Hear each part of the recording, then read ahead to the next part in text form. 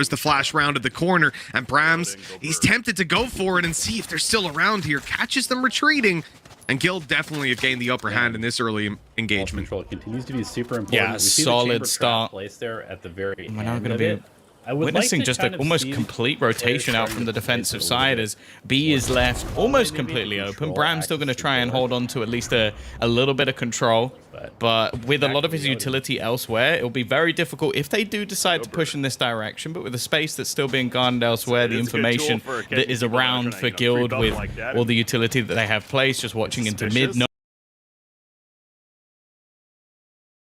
knowing that there's not been much aggression. Realistically, they'll be a little bit unlucky if they go walking into what is currently a stacked site, but by the looks of it, that's exactly what's going to happen. Yeah, with 35 seconds left on the clock, Tom, there really isn't a...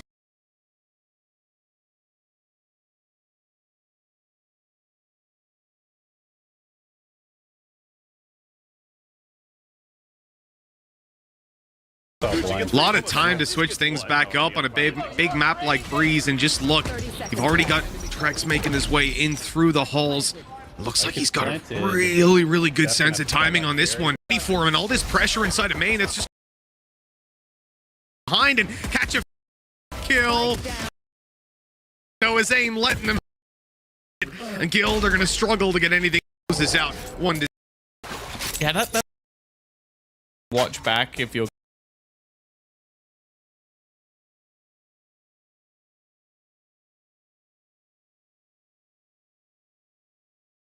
bit frustrated because just seconds of decision making to go, okay, let's just walk consistently in the halls. If it's broken, they know that they're getting pushed on. If it isn't, and they know they've got control. So I wouldn't really be worried about that as things pan on out. That was a great opportunity for Guild, but as that one falls into the hands of Vitality, we have a little bit of a technical pause coming out of that one. I think the players are having some issues, so hopefully they'll have that ironed out in just a few moments, and we won't be too long before we get right back on into the game. But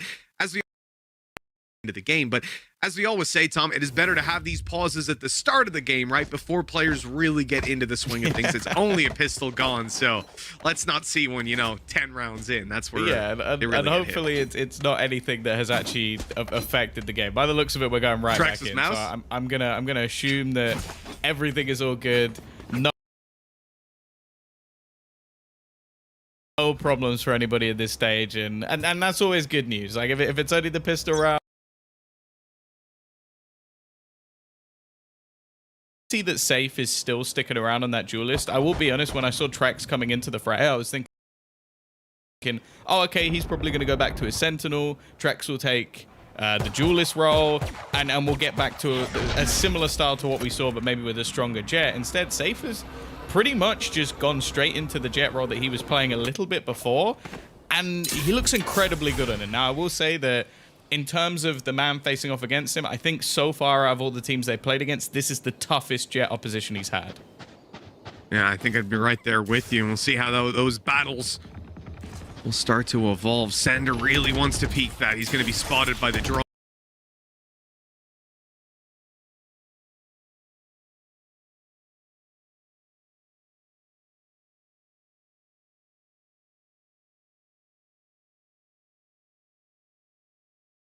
They start to now make their way out, but right into the hands of Brams, and he's going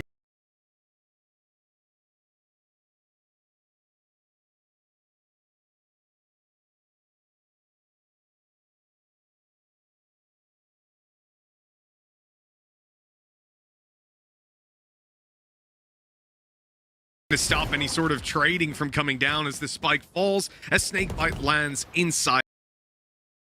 Start for Vitality. Now, as we sort of already mentioned, you're looking realistically for a fairly convincing attacker side from either of these teams.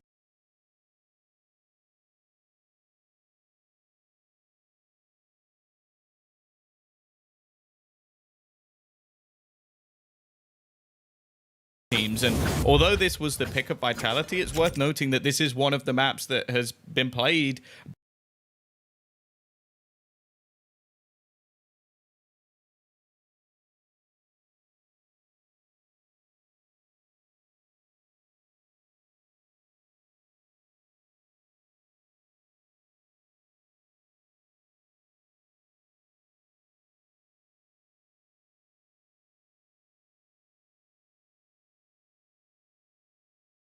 by their opposition in Guild. Like, this wasn't a punish pick. I believe that the matches that they've actually played, like the teams they've been up against on this map, have been some of the better ones for Vitality. Considering this is a new iteration of a team, considering the previous iterations weren't exactly as good as they should have been, the fact that they already have Fracture and Breeze within their map pool, which we sort of said it previously, it's quite rare, to be honest, that a team will have both of those as confident map picks. That's a really good early sign for this roster. Yeah, having that little bit of extra depth in the early stages definitely shows you that they're focused in, they have a clear game plan, and they want to put other teams on the back foot. And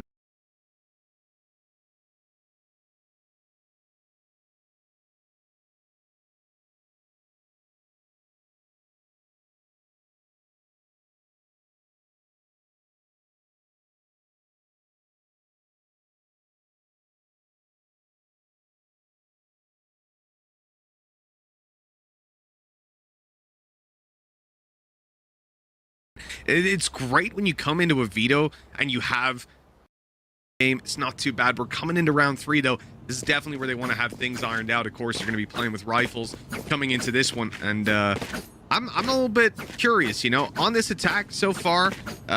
We're not obviously getting to see anything, but when these rifles come out, and in particular when Safe gets an operator, which won't be this round, it'll be like the next buy round, so we could be looking at kind of 4-0, 5-0 to Vitality before anything really comes out in that department. I want to see what the plan is when Safe is just playing that entry, when he's dashing in and opening the space, because I feel like that's almost immediately going to be a faster round coming into this one. And from what we've seen of most teams, those fast rounds tend to be the A side. Yeah, I think that was always one of the sort of issues with this map in general, is that there were a lot of very favorable duels for the attackers going into that A site. Like, if you wanted to play around the pyramids defensively, you had to be in quite an open angle and almost had to be a jet, otherwise you couldn't get out of there in time. So that's one of the main changes that I think I've actually really enjoyed with just playing a little bit of this map now, is that it doesn't favor the attackers so much just because of the changes to the walls and the gaps that are available. I also think it is the box gone as well. You can't wall bang it. So there's a lot more opportunities to actually play that site defensively. So obviously that's going to come in a little bit later for this qualifier. We're still stuck on this Breeze, but obviously for the teams, if the map changed out that quickly, it would be a little bit harsh for all of the practice they've done. Like, all of those Christmases, all of those New Year's would have been wasted for nothing. Barber would be furious. And he would. He'd still view them as an underdog.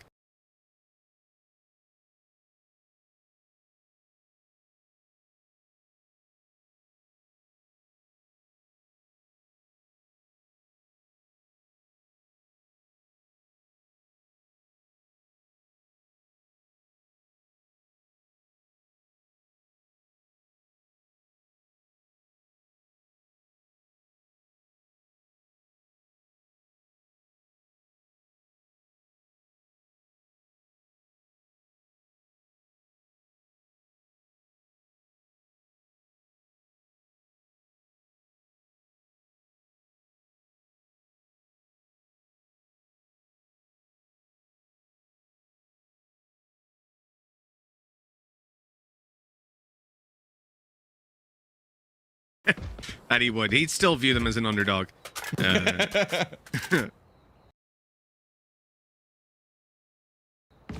guess You're always an right underdog to a teammate, but already managing to give a 2-man advantage over to Vitality in their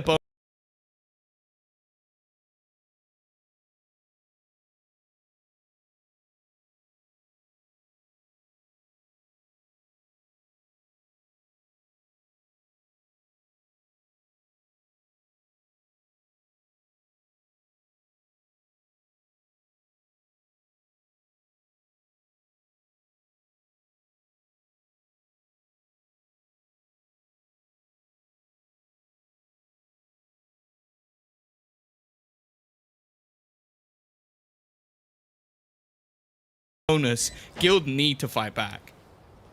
Look at Kata up close as well. He's dashed on out. That's not an ideal fight. They need to take Trex down.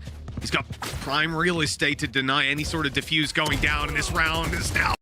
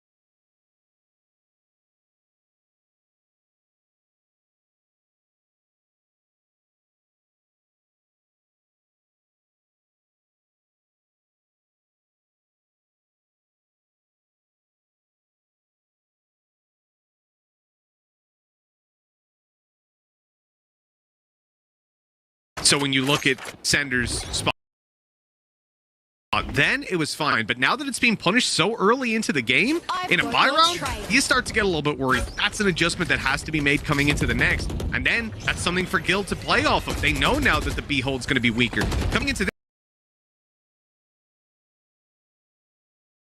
this round, they're just up against pistols for the most part, but I mean, that operator in the hands of Cadavra can do a lot of damage. And with already a couple of kills going their way, all of a sudden they're favored to win this. Cat has been taken down. Sender still has a rifle, and you cannot count this man out when he's got a rifle in his hand.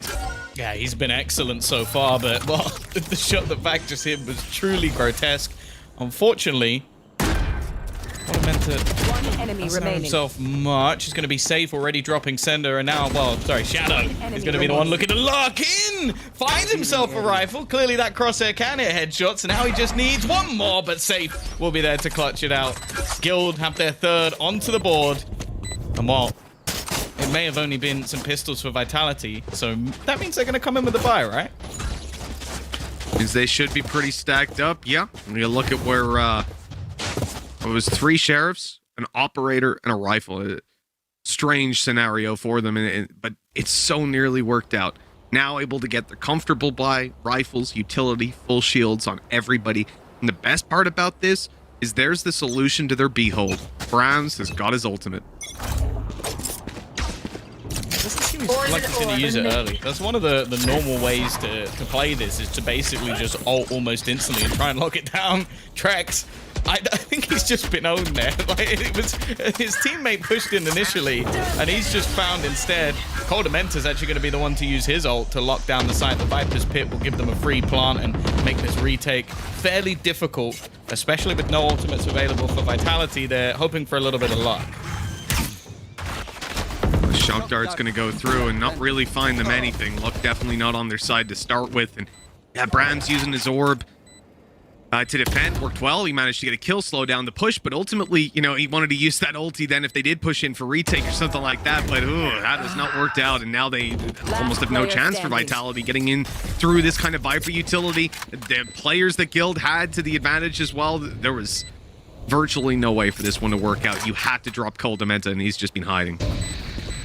Yeah, and honestly, I think Coldamenta has to be given quite a lot of credit for a lot of these rounds, because the call that he's made for these fast B hits is definitely a bold one. Like, if there's a couple of players there's some decently placed Viper utility, they could easily get caught out.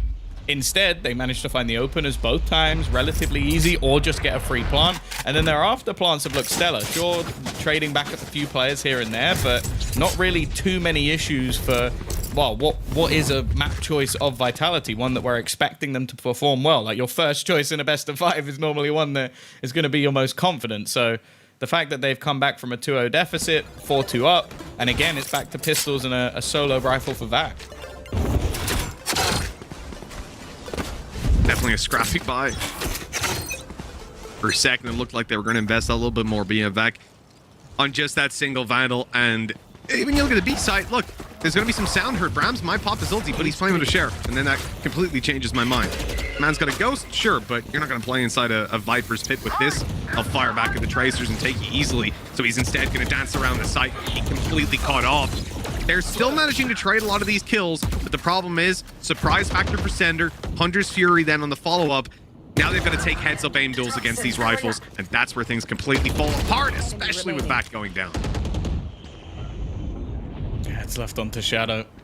No chance. Nice shot onto the first. Second player was a little bit tagged up, but he won't get anything more there. Again, making these rounds costly. Like, Guild definitely don't have as an insane economy as they probably should do for a team that has just won 5 rounds in a row, because it's mostly been 2 or 3 players surviving for Guild in a lot of these rounds. The fact is, though, I am starting to worry a little bit for the defense, because it has just been B hit after B hit. They had to invest Hunter's Fury in that one to really get anything done, and whoa, Guild is starting to run away with this.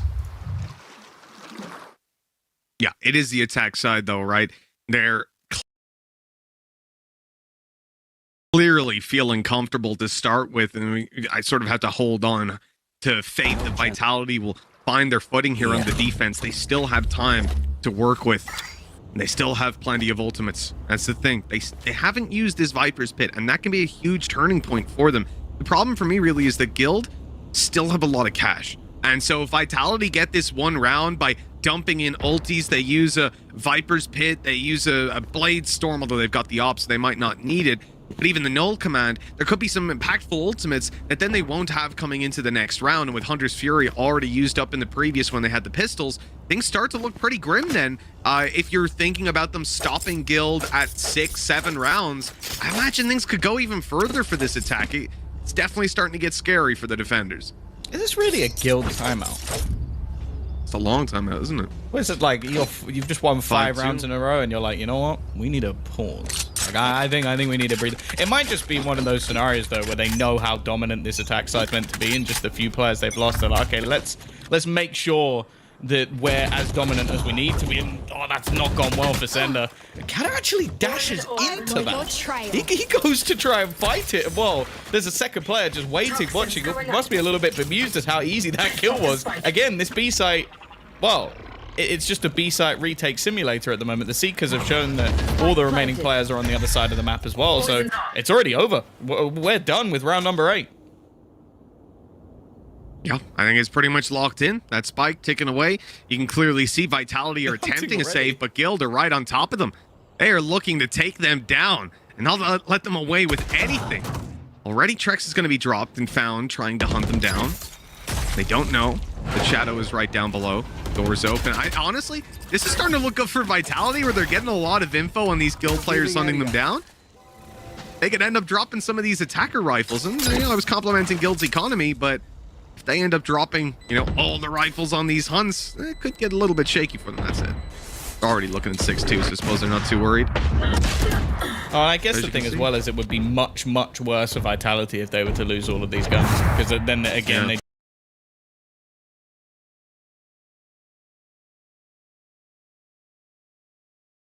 just be back to pistols once again. I don't mind trading out a couple of players here and there. I agree, if they lost everyone, it would have been a bit of an oversight, but not overextending.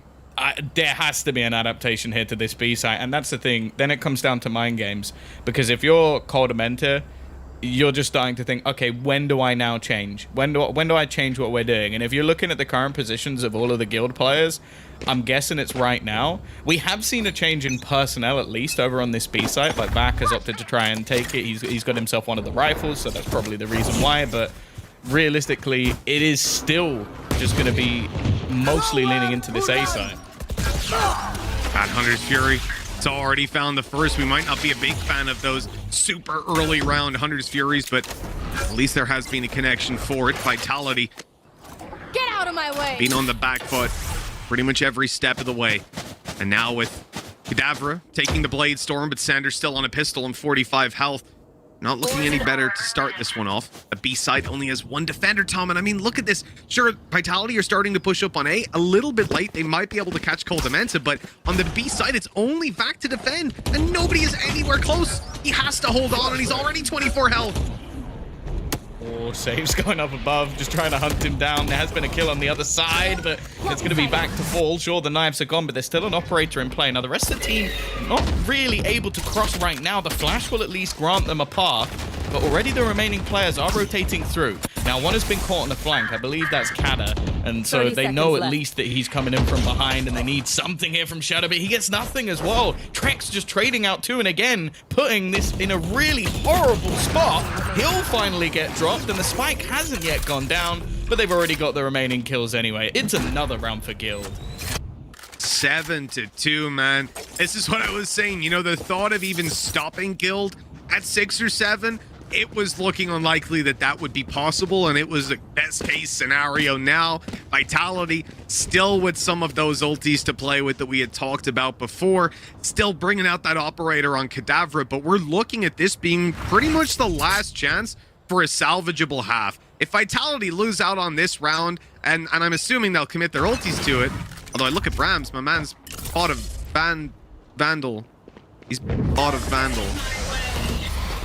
He's going for those headshots. He played. No. He played. I just want to be very clear. He played with a Phantom every other round. He has bought a Vandal. And now he Does more damage, you know? Like, easier to get kills in the pit. All right? That's what you're fine. thinking. I'm fine with that. I'm so fine with that. It's okay. Look how far Russ has already got. Like, the drone's going to go past, but that's the thing. It spots the player close, but they have no idea that he's already gone through. That is such an oversight. He should not be able to get this far without anybody realizing. This is starting to look very, very shaky for Vitality. Okay, Shadow will eventually peek and take down Safe, and they still have that Viper's Pit. Timing's everything, and Brams will win the duel. It's turned the round at least into their favor, and with Kata pushing aggressively, that'll be the spike down and another dropped. Well, this round for Vitality seems to be going quite well. They've got the spike yet again, and Trex, despite having what would be a pretty good position most of the time, is going to have to play back into his own spawn to get that spike back. He's about to be spotted. Oops, not going to be spotted. Okay. But he'll walk right into the operator of Kata. If it's still looking his way, he's in a lot of trouble. Oh, no, that's an awkward fight. And now he'll be executed from behind as well. Actually, Shadow will close it out. Like, it's a decent recovery from Vitality, but I'm still fairly uncomfortable with how far Russ managed to get without anybody spotting him. Like, as said, like, Shadow managing to find a couple of trades, some decent timing on his peak with no one watching into the nest. It works out, and that's all Vitality can really hope for. And as we sort of mentioned, like, I think if you get 4 rounds on the defense, it's very much still workable. Like, we've seen so many comebacks at this point on the attacking side. I think the Vitality have an incredibly strong attack as well. So, again, not so worried about that. But just the amount of space that Guild have been able to take almost for free in a lot of rounds now, like with early B-side executions, mid-takes that get them a split in as well. It is very scary with how things have gone. That is an interesting Viper's Pit. Sender's already behind it, and he's taking a double. This is absolutely ridiculous. Guild trying to fight their way into mid. I don't think I've ever seen that pit before. And Sender has just aced the round, slapping them down and putting Vitality on 4. They desperately needed a round, and what a way to find it. My God. He's 16-9, and they're 7-4 down. Yeah, he's definitely carried them through a few rounds, that's for sure. What? Like, just how quickly he was down mid as well, and then it's just running at them. Like, it was almost just like the confidence started flowing through his veins, like the blood pumping, and I don't know, but he was just landing everything that was put in front of him. He even switched away on his gun on Trex and still manages to switch back to the Vandal and find the shot once again. No surprise, it's going to be back to the B site for Vitality here. Katado's in a pretty decent spot, and he's already seen one of them at least. 2 Guardians and a Spectre to play with here for Guild. This isn't the best of times to really be getting up close and personal. Certainly not the best of times to be whiffing the shots, but luckily, Brams has got that memo. He's able to take a double before falling. The B site comes with a heavy cost, and that cost just keeps on stacking up. Leo drops the spike in the open now, and look at that. Trex is being spotted. You know exactly where he is, and with a Spectre, he's trying to close in that distance. Alexander will do it for him. That's all right. He'll take that upgraded weapon, 1v2, and even the ulti to play with. So this is kind of scary now, Tom. Yeah, I think the information he's going to get is probably exactly what he will expect where the spike currently is, but it at least clears out some of these close wraparound angles, so it's not going to be impossible. He does actually have a cage, so he could just try and steal it, but I think he wants to try and even things up a little bit more before he does that, and Wildcat is not going to give him the chance. 7-5. You know what? That's a pretty damn good recovery. Considering the position that Vitality were in, they were losing the B site extremely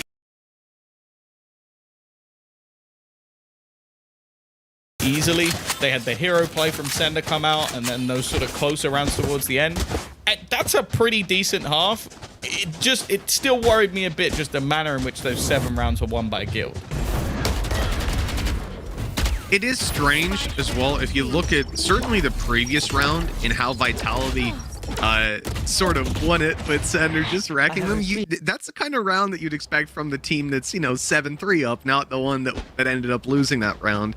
I think that sorry, not the one that was behind coming into that. And I think for Vitality, having that massive boost of confidence, that massive morale boost when somebody takes an ace like that, you're right back in the game. And yeah, put that in context that they had already just won the first round in a long time. They had that little bit of morale. And then there's the ace. Now coming into this half, despite a pretty terrible 20 minutes of gameplay, they had a bad time. They're now coming in and they're like, hey, we can win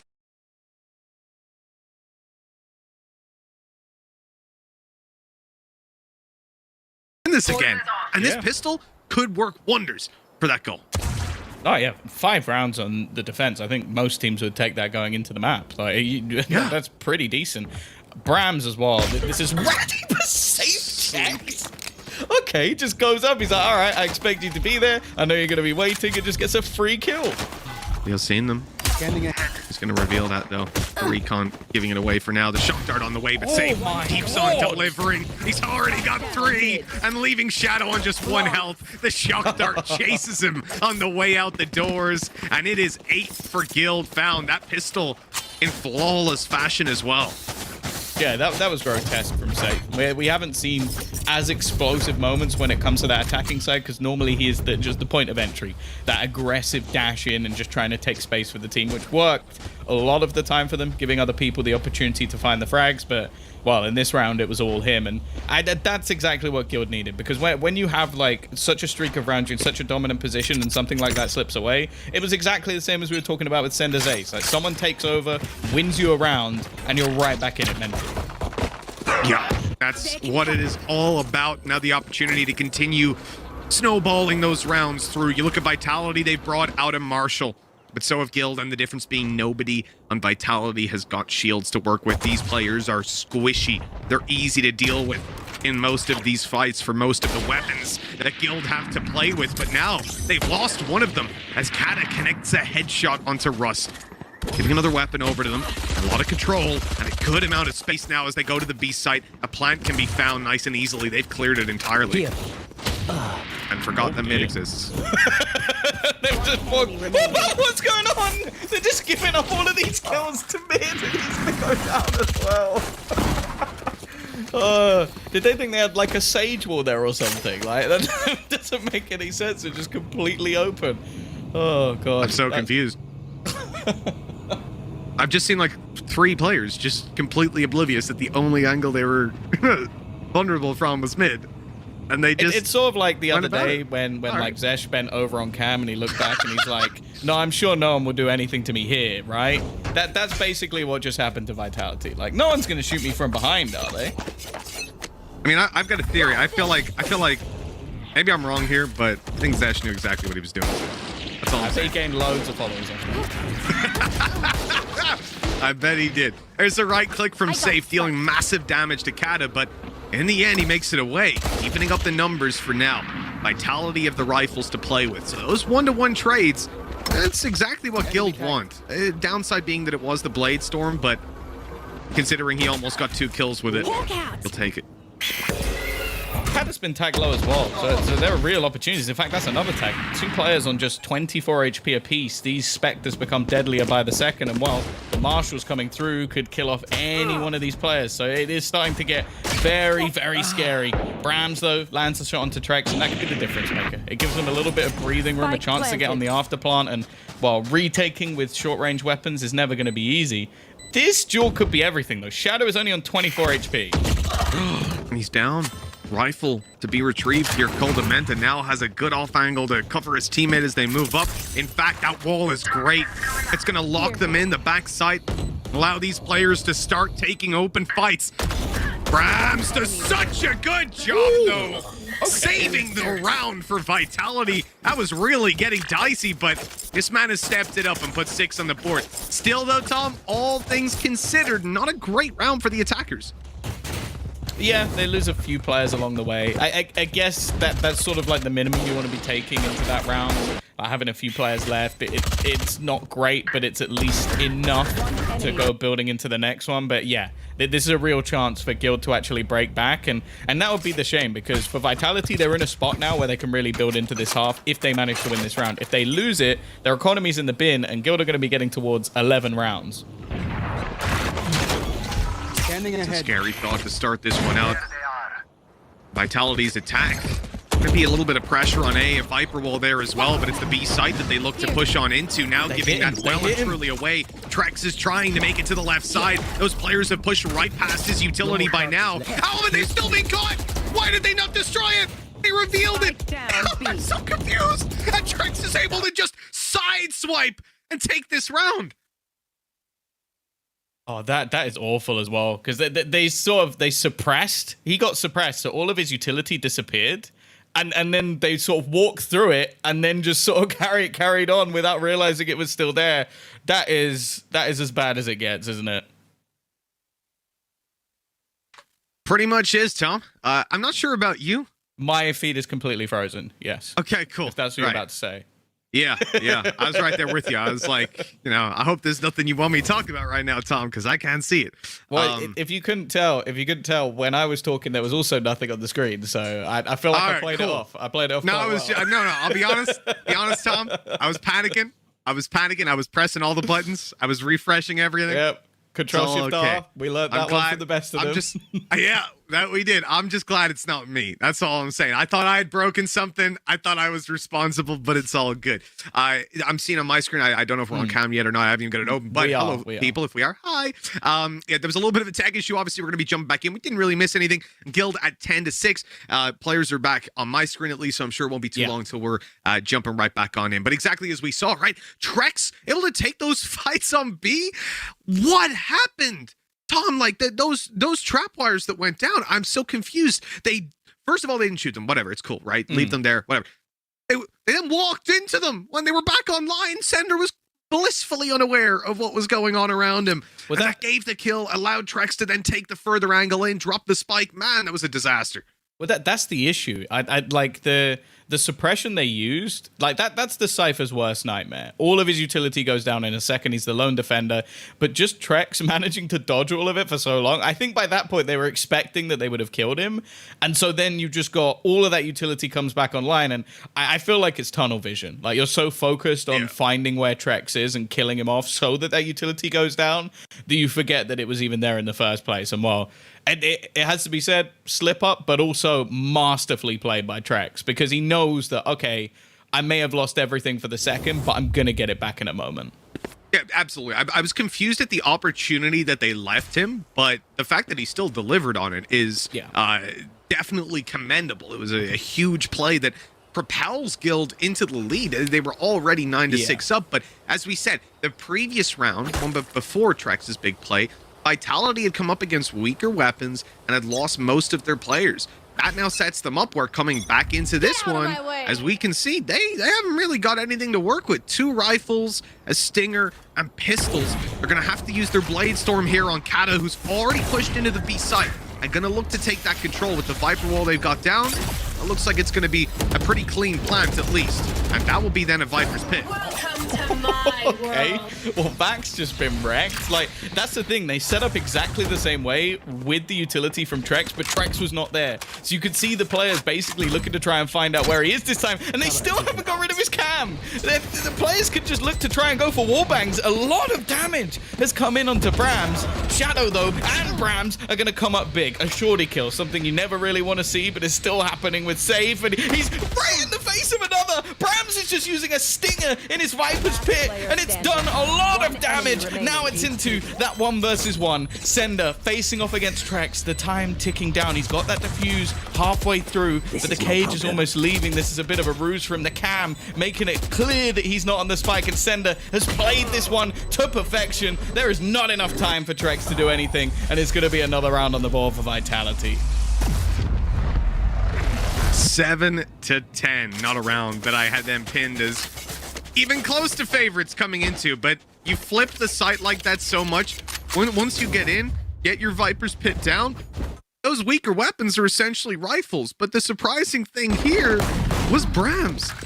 I mean, Safe finding the first kill was solid, but this right here, they walk into each other, and that's the turning point of the round.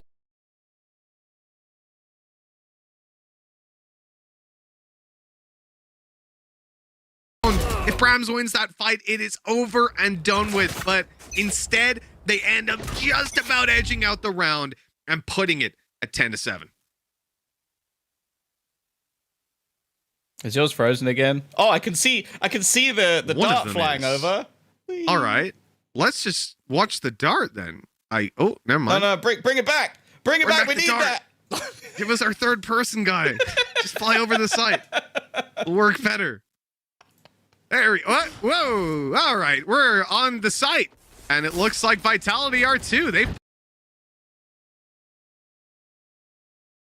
pushed on past. They've got the same Viper wall down that we'd seen before. And they're going to look to take this B site. Same plan. But this time, Tom, they don't have that Viper's Pit. And that was, as we'd already mentioned, a big turning point of the round previously.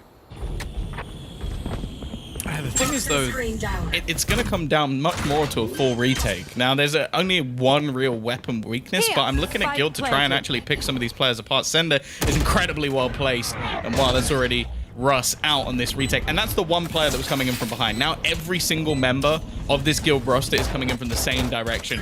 I think they have to back out of this one, and it's looking like both teams are having similar problems. These B-site executions, a lot of teams will opt to try and play retake here, but they just don't seem to have anything to get them actually back into the site afterwards. Camera taken out. Trex, there's one at least. No, but he's dropped right afterwards. Operator shot coming out of safe makes this much more workable. Sander and Kadavra having to hold on to it, but that time is ticking away, and these weapons looking to just save over inside of the halls, inside of spawn. But Vitality, they were a little bit too slow and hunted them down. And they went in through mid. They were trying to catch them on those exits, and instead, Guild were able to just sneak their way into the halls, bunker down, and carry those weapons through. But impressive attack so far from Vitality.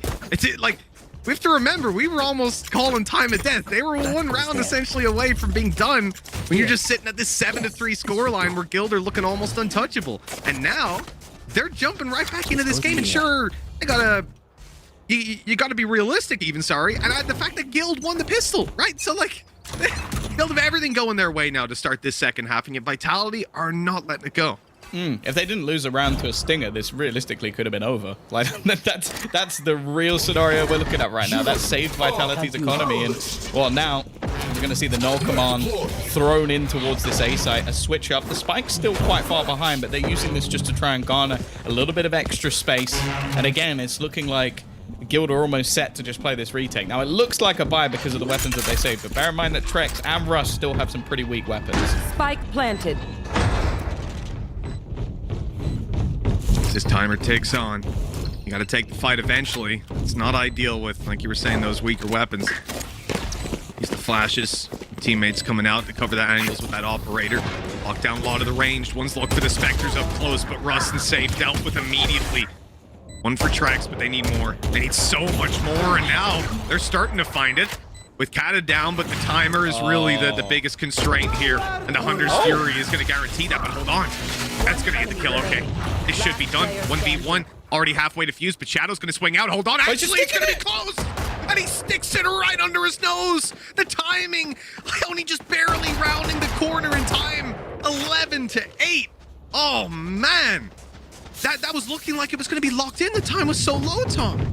Yeah, the importance of sticking it to half, I guess. Just tanking those initial hits from the Hunter's Fury just to make sure that you get yourself through the rounds. Guild are going to eke one out. Trex at the heart of it once again. He is having a fantastic map. And that's one of the things, like, I think Trex has been one of those players that both of us have talked about for quite a while as someone who should be picked up. Did I think I was going to enjoy him playing a Cypher? Not really. Have I enjoyed it? Definitely. Can't use that. I can't really disagree with you on that one. It did seem like a bit of a strange pick. A bit of a strange start to this round as well for Vitality, leaving the spike all the way inside of spawn. Destroyed. And talk about a slow round for this attack. I think with the fact that they're looking to push up mid, take these fights the way they are with a Marshal.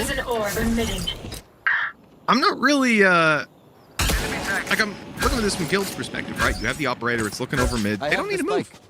They can just sit down on their defaults, hold it out, and this is something that Vitality are hoping that Guild make a mistake, that they overextend, that they overcommit towards fights. But for now, that's not the case. Guild are just chilling. Yeah, patient play. No need to get aggressive, especially when you know your opponent's economy is somewhat on the brink. Want to mentor those in a little bit of trouble here. 49 HP, just going to get taken out straight away from back, and well, suppressed in the corner. An operator definitely not ideal for this sort of play. So the trade's coming through thick and fast. Again, this 30 B-side seconds. for both teams has looked vulnerable. planted. Leo will at least get one back, but it's at the cost of his teammate Russ. As they start to close in the distance now, looking to avenge Russ. Angles are being watched. There's too many players for Vitality on that backside and not enough for Gil to really, not enough utility for them to push them out. At this point, Trex is just looking to save. At least you can imagine so. He's fighting a lot. He's going to be able to get out of there. 11 to 9. Again, this is definitely not out of the realms of possibility for Vitality, especially being on that attacker side, and especially with the weakness they've clearly found on that B side. And that's actually been the interesting thing about this matchup, is that most of the time when you look at this map in particular, you're looking at A-side simulator. Like, a lot of teams will just go for the same execution, the drone alongside the Viper wall, pushing in through it, try and find an opening kill, get an after plant, and then have your lineups. Like, that has been something we watched for pretty much the whole of the last season. It has changed drastically in this matchup. Like, everybody just seems to be having so much success, like, pushing into that B side, having much stronger after plants than we're used to seeing. And well, from a very passive attempt to a very aggressive one coming out from Guild. Only a Blade Storm alongside some pistols this time, so they're going to take a bit of a risk. Unfortunately, they didn't manage to retrieve any form of weaponry, so although it's a man advantage, Vitality is still very much in the driver's seat. But the B side again looking so tempting. They can just walk right in, and they're starting to peek out on these angles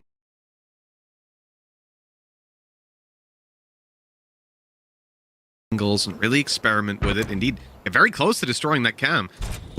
Eventually, that Viper wall does come down. You can see that the temptation has pulled them in. They'll be going for B as Russ falls elsewhere on the map, trying to get aggressive. And looks like that doesn't deter Guild. Safe is going to do exactly the same, starting to move up to the window where Kata currently is. This is a free kill. Oh no! Oh, save! He's completely whiffed it. Kata gets away with the freest kill of his life, and now Vitality, well, they are in the driver's seat. They've got the man advantage, and it's only building. That could have been the round for them. What a whiff. Oh, like, he only had one knife, so yeah, I feel a little sorry for him, but that has gone as wrong as it could have done. And the worst thing is as well, if he just had a classic there, he probably still gets the kill. Like, that's the most infuriating thing. It's just you want that one knife back. You want your knives back overall. And also, it would have given him the rest of his Blade Storm, and then he would have got a free operator as well. So that probably would have changed the round completely. Unfortunate stuff for Safe. I'm sure he's going to want to forget that one nice and quick, as they're now coming back in with the purchase of their own operator into his own hands. But one round is the difference now, Mitch. I'll tell you what, if I'm Safe and I've got an op right now, I'm not blaming him for pushing up. You want to recover your honor almost from the previous round, right? But Kata's the one picking up the opening. Leo to fall at the hands of this Jet operator. Been wreaking havoc in these last few rounds as Vitality once again set their sights on B. The fact that they've heard that Viper's pit go down does not deter them. They still have a drone to work with as well. Shadow having that online this late into the round could be super useful, but he's about to take a risky fight as they push all the way through halls, and Russ will eliminate him. Now that Viper's pit becomes so much more difficult to handle. Yeah, but they've got a lot of space around mid because of the amount of players that push. Safe will be watching it, supporting his player from afar, and well, knowing there's at least a couple of players in that direction and the aggressive push from Russ, Vitality have deduced that there must be an opening on this A site. Yeah, well, they know those players have pushed up through halls. They know there's a Viper's Pit and a second player on B with an op. So are you going to play Viper's Pit and op, or are you going to play two other dudes you kind of know where they are? It's the movement back towards the A side. But it's the problem is, because halls is being taken, look at the rotate from Kata. It's going to take so long. Every corner, every corridor needs to be cleared. And in fact, he's about to run into Russ. And no! Russ stepped back and away just as Kata came back into cave. The question is, does Russ have an idea? And even if he doesn't, he's going to go towards cave to try and catch these 8 players. They're about to meet each other, and it's Kata that ends up coming out on top as Russ falls. That is cave secured, and Vitality, oh, well, with that op kill, they look set to take this round across the line. That was absolutely everything. Russ looks away for a literal second, and that's enough to give the space to Kata. Now Trex fighting back in. go. He's found an angle. Some space into the site, knowing exactly where one of the remainder is now, especially with Kada. He can give the information over to Safe, who's looking to try and peek that with the operator. Rams is still on the site itself, but that is filthy from Kada, who's going to close it out with the ace. Vitality even things up in style. 11-11 going into round 23. Close game that we end up getting. And you know, Tom, it's funny because you brought up the 9-3 curse, and obviously just in general to make the point of how attack-sided this map is, how it's not uncommon to see a team do incredibly well on the attack side and then flip over and kind of fall flat. And that is exactly what has then happened right here and now. In fact, for Guild, those early rounds, winning the pistol is all that's kept them alive as they come out through this defensive side. And now they need to find a little bit more, and it's on pistols. The problem is, their opponents don't have pistols this time, Well, so, you know, it can be a little harder. In the last 6 rounds, the round they won was that diffuse in front of Shadow. That's it. And that was with a few pistols in the mix and Trex just managing to defuse it in front of them. So it's basically been 6 rounds in a row because that probably shouldn't have gone the other way. So yeah, Vitality proving that they definitely do have that strong attacking side. I think they've had some decent adaptations here and there. And while this buy stinks from Guild, like I'm looking at a Bucky and I'm really curious what they're gonna do with it. Need a drop. Thank you. Yeah, to be honest, that was one of my thoughts when I was looking at those pistols. Why Bucky on this map? Why Bucky full stop? I think is where I would start with that one. But for Coldamenta, more of a question. Bucky solo B. There was no one on this side of the map. There's no one in mid. There's no one anywhere to help him. This man is solely and entirely alone with the Bucky. Luckily, Vitality are going the other way, and they're going right into Safe, who's already taken the first, who's going in for more, and doing a massive amount of damage. A Shock Dart about to go through after that damage was done, and Brams falls. Oh my god! Vitality are running into these pistols, and they're getting obliterated. Another one for Russ, and here comes a flank play. Sure, they've caught Trex, but there's still so many more to deal with. Well, I will say, Coldament has the worst flank weapon of all time, so all he can do is hold them in. He cannot push off of this, but it doesn't matter, because they're landing everything else! It's just a sheriff round coming out from Guild. They needed an absolute miracle to stand any chance. The buy stunk, but somehow they win it anyway. Ludicrous. I am at a loss for words on that one. How have they come in with pistols? You know the worst part about it? It's the fact that the Bucky lurk, having that solo weapon and holding close inside his orb on B, it was the whole idea of the round. And I hate it. And I love Cold Amanda, but I hate him for that idea because it worked so well. You play the Bucky in your orb on B. If they push you within the first 30 seconds, they're dead. If they don't push you in the first 30 seconds, your A players have pushed up. And they're now flanking them. You know, you use your snake bite, slow them, Bucky snake bite, it's already going to be good. Then you have a flank, you've got them crunched in. It's a good gamble for the round that it was, and it worked out perfectly with catching them in A main. I just really hate it. Well, you can see this time they're making sure that they destroy all of the utility. What? Okay, Leo. That might be the most tags I've ever seen coming out from one blast of a Hunter's Fury, and this is looking done. Look how low these players are. They are in a 3 versus 5. 2 players have 105 HP between them, and Kada is being isolated. It's left all on to Sender on their map choice, the first map of a best of 5, in a decent position, and it has slipped away to some pistols and a ridiculous Hunter's Fury. Can he do anything here to try and turn the tide? The answer is no. Guild are going to take map 1. A resounding no on that one as well. Well, they went about it the long way, that's for sure, but damn, did they get there in the end. Guild winning out map number 1 of this BO5. Vitality have got to be gutted, frankly. I mean, there is nothing worse than a close loss like that. Your OTs, your 13 to 11s, but when you fight your way back into it, Tom, and then have it snatched away at the last moment, that's not a great start, but the good thing is it's a BO5, so the gravity of the situation isn't really felt just yet. Yeah, I'm also liking the fact that Guild seem to have a real cheese factor to some of their rounds. The fact that you're seeing these sort of Coldamenta gimmicks, like we sort of mentioned it, but also just like winning the round with Trex and just a pistol and defusing in front while his opponent has a Hunter's Fury. It's like, those are cool little things that I feel like Guild could work on the rest, but having that as like in your locker already, it's a good sign for this roster and a great sign for this series because a 13-11 to start things off, some really back and forth gameplay. You know what? It's not bad for map 1. Not at all, but map 1 is now done and dusted. It's behind us. Time to move on to map number 2. Before we get there, we got to go to a break. When we come back, our analyst desk will break down all of that action and set up map number 2. Don't go anywhere.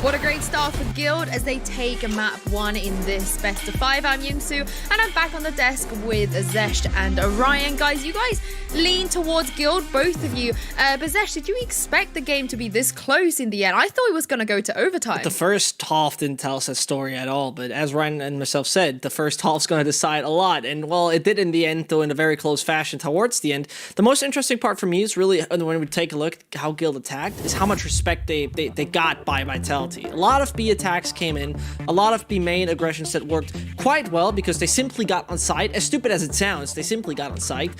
With then the right workings of obviously a drone and also a safe just dashing there to get a lot of room for the team. And that in the end caused Vitality to struggle a lot of times in the retakes because there was still Trex. The man was aware of any lurk. The man was aware of any player who was just trying to flank around. And he was costing them a good chunk of time. So that's a perfect example of just that. I very much enjoyed that kind of situation. But then the second half came and, well, the same thing again, just the other teams. Yeah, you sort of expected Vitality to have a bit more life in them, and after a pretty good start despite losing the pistol, and everything after that ace that we saw from Sender specifically, it seemed that Vitality were a bit more on board. But overall, we sort of set up the KO versus Sky in that matchup. The KO was a non-factor for Vac. He was doing everything that a KO should be doing, but Gil did well to play around it to find better timings. And I think Russ and Leo, despite not being high on the ACS, were very important to finding those openings, not only on attack, but on defense too. Honestly, that safe miss is haunting me. I really didn't want to watch that again. But Zesh, do you feel like, you know, it was a bit of a KO diff there? Was that the reason? I guess the lack of effect from the KO was the reason that they weren't able to clutch this? I see the point on that. That the thing for me personally is that specifically with the B side, when you're an attacker, with the dagger, you have a good bunch of opportunities to deactivate the abilities over on that side and just easier enter, because usually the trap wire would, for example, spot you. The K just would make the noise that you know you're in there. But that even happened a few rounds where they got on the side and used the dagger, but Trex was smart enough to say, I'm not going to take any fight, I'm going to stay as passive as possible and wait it out until every bit of my utility is reactivated. When that happened, they just ran into it. Like, they didn't realize that they deactivated for some reason, which made it a little bit weird. Those were some rounds where it seemed sloppy from Vitality, where they could have just said, okay, we got the dagger in, destroy the utility, and then we have a clear sight, but that didn't happen. I think the teams on this map, though, I was just going to quickly say, it's just the fact that you can't play KO passively. Like, Sky, you could sit back to get that information.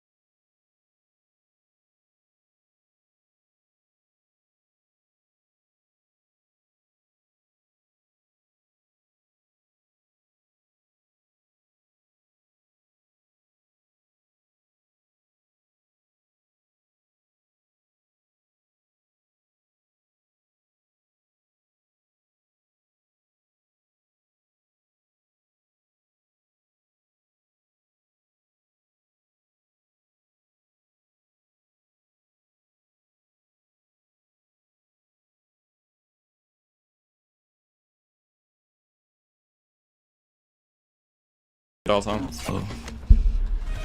Doing really good also. Let's see. Time to win nuts again.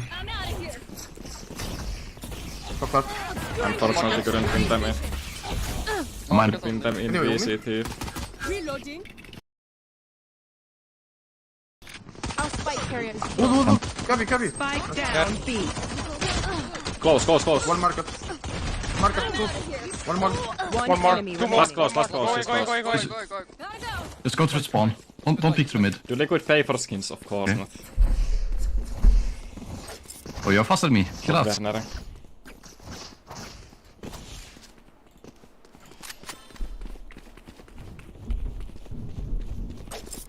That sucks. I don't think that sucks that Liquid don't pay for skins. Like, why would they pay for skins when they pay salary and stuff, you know? I mean, technically they pay, you know? I should have them. Whatever. Technically they pay because they pay my salary, and with my salary I can buy skins, so... Good, yeah. I mean...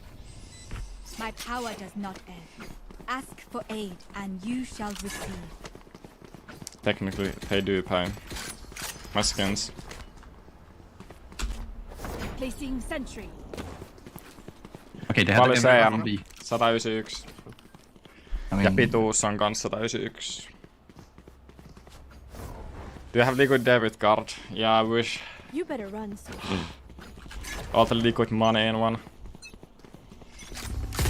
And one bank card. Oh my god, that would be nice. Can we wait like... Let me take it. One flag. Spike down B. Flop up this Spike down. Ah, okay, yeah, he got you. Up this one. I got the spike. One market. One enemy remaining. Just market, I think. Yeah. Nice, Neon. Good recovery. Reloading. I just realized White är det som blir så lot scarier than it used to be. Definitely killed them. Can you give me your ghost, Neon? Need a drop. Thank you. Oh yeah, let's do it.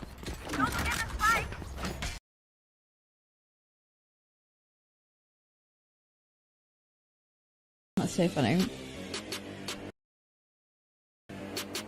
What my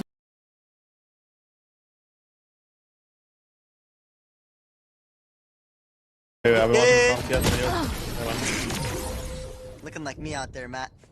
Yeah? Nah, not really. I never. No, not really at all. You man ready for a light show? I know you never jump. I don't know why. It's hard. Yeah, I'm not having I know Josh. I know Josh probably like, Sam, you gotta be more evasive. Like Korean Jets sold them. I know you'd be saying that all the fucking time, bro. I love Korean Jets sold them. You gotta be more evasive, Sam.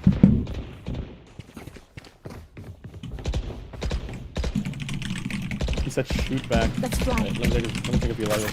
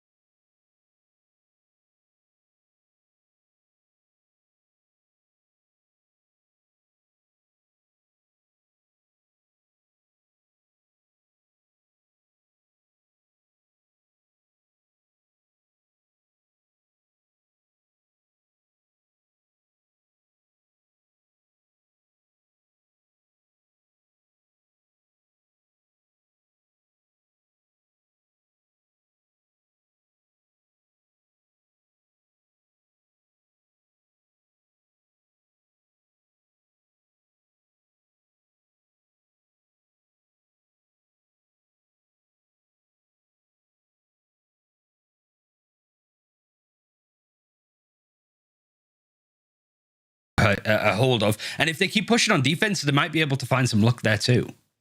I mean, you guys both leaned towards Guild on map 1 on a Breeze. Are you feeling the same on this map at all, or do you think Vitality have a chance to get back into this game? Oh, I personally would say Guild have a quite good chance of picking that one up, and especially if they pick it up, it's sinister times over there for Vitality. It would be a free map run they would need to do in case they'll get it. I have high hopes. Guild was playing a very patient and very coordinated attacking side. The defending side looked also promising with the information-based kind of approach they had, so I believe this could be a 2-0 we're seeing at the end all Hero of Bind.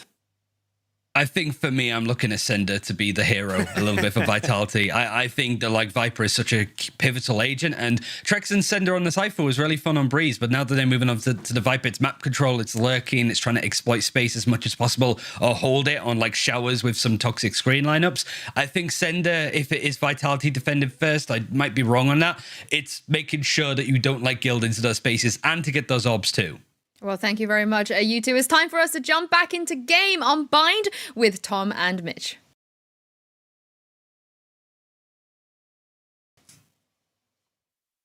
Thank you, Yinsu. Yes, we're ready to jump right back on into the game. Bind coming up next, Tom. And I mean, after a close 13-11 opener, this BO5's delivering. So I'm pretty excited to jump on into this map.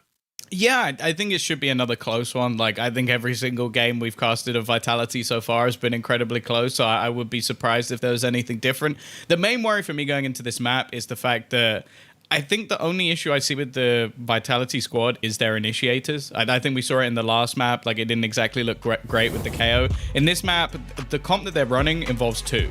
Now, Shadow, his Sova's not bad. I think maybe even push towards, like, he's a pretty decent Sova. I'm not convinced by Cadaverous Sky. Of all of the agents he's played, like, over the last few months, it's definitely been the weakest of the lot. And on this map in particular, the man he's up against, Russ, I think is one of the better Skies. So I think that matchup could be something that maybe decides the match, but hey, there's a lot of other factors that will come into play. Well, that's going to be something to keep an eye on for sure then, Cadaver playing in on that agent. But I think, you know, safe, Jet in hand, got to keep an eye on this guy now. Taking a Jet on this map is not too common, right? You don't typically see teams, or rather, this is one of the maps where teams will stray away from having a Jet. We've seen it recently, depending on the comp you want to run. But starting on the attack, I think Guild have made a good call here for blitzing through that utility. Remember with this iteration of the map as well. We're going to get that spike going down nice and early on here in the pistols. Guild just walk into the A side, really. Yeah, more of the same of what we saw. And on the other side, I think Vitality have gone for an early push.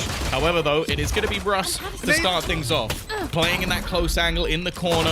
Looking to try and do as much as he can. In fact, Safe's going to have to go all the way around. It might not matter, though, because his teammates are doing a lot of the damage. He's got a long way still to run. They're just defusing. It is going to play the part, and there's nothing he can do at this stage. I don't know if he meant to go in the TP. I don't know if that was part of the plan. But Sender, well, highlighted by Ryan, he has popped off. 3 kills in the pistol.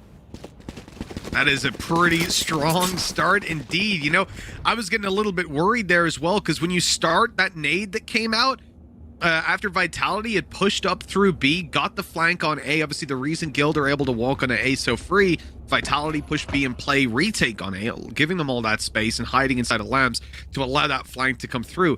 And then the nade went down from Vac, but it bounced backwards and ended up hitting Brahms for quite a bit of damage, making him very easy to be taken down by a frenzy. And the round kind of came under some pretty, or it came under some pretty heavy threat at that point. But Vitality end up coming out on top of their 1-0. That's a big thing, right? The fact that Guild come in here and take these weapons, again, they're going to overrun A, but Vitality might not expect to be running into this kind of buy. I like that. They've gone through the teleporter and split them apart, picked off that first man in Russ, who was meant to be holding onto the bathroom's control. Now this is incredibly unsafe, but they have the teleporter just to go back. There is nobody currently on the other side of the map, which would definitely make things a little bit tougher. Of course, there was a small amount of utility in order to try and slow them down, but hasn't really done anything. So we get a 3v3. The remaining players, well, at least 2 of them, do currently have some weaponry in their hands as well. And because Leo hasn't spotted anyone, he'll know where they're coming from. Oh, it's perfect! That is such a nice snake bite. Oh my god. Well, with that one going down, we're starting to look at a little bit of a better position to play for here for Guild. It's a 2 versus 1 Sender. 31 health left. The shock dart almost catching him as he walks through this doorway. So many players left to find. He's going to use an orb, but look at the plants. It's not even for him. Oh, he thought it was going to be up close. Of course, that's where he put the snake bite down for in the first place. Yeah. And now we end up at that 1-1 scoreline. A really good fight back by Guild. And one of the rare times we see those second round forces pay off. Yeah, it's a scenario as well where they got a few kills and they got the plant in the previous round, but also on Bind in particular, there's so many angles or battles that you can take where if there is a rifle or if there's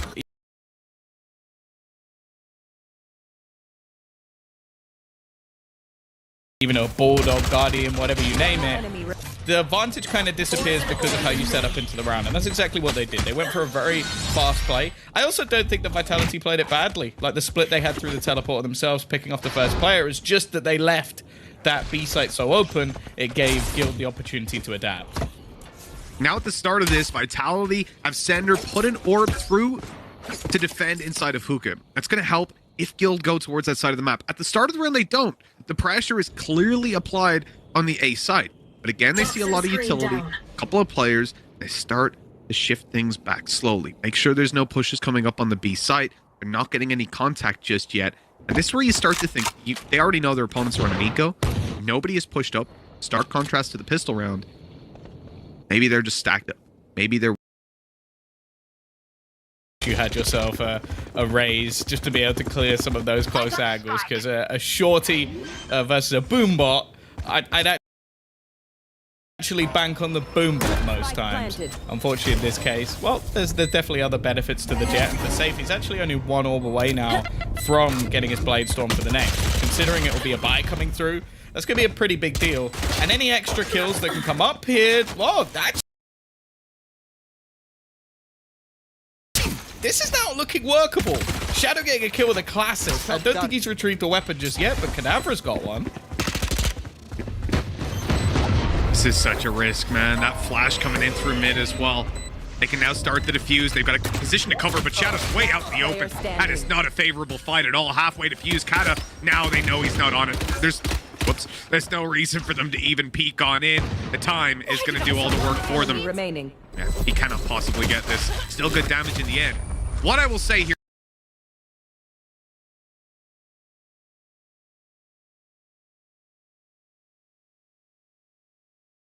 Tom, I'm gonna put it plain and simple. Safe almost through that round, man. He plays into Hookah versus an eco, and the whole round was played by Guild as if they're versus an eco.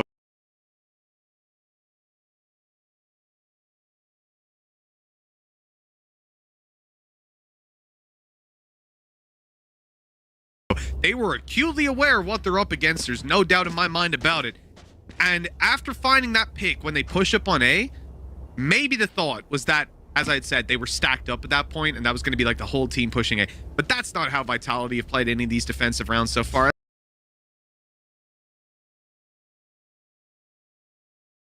That's not a very common thing to play. It is a huge risk to run into Hookah like that. Safe gets dropped. They retrieve a weapon. Cadaver goes on to kill someone with that weapon. And we spiral into this position where Guild only have 1 player left alive coming out of that. It seems like a quirky little kind of eccentric, oh, I'm going to push into Hookah and see if I can catch some timing.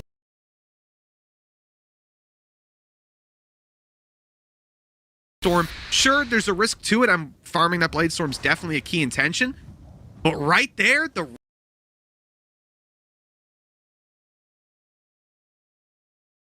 just underlined.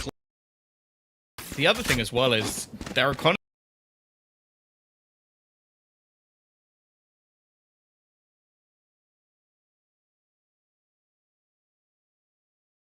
spots. So now they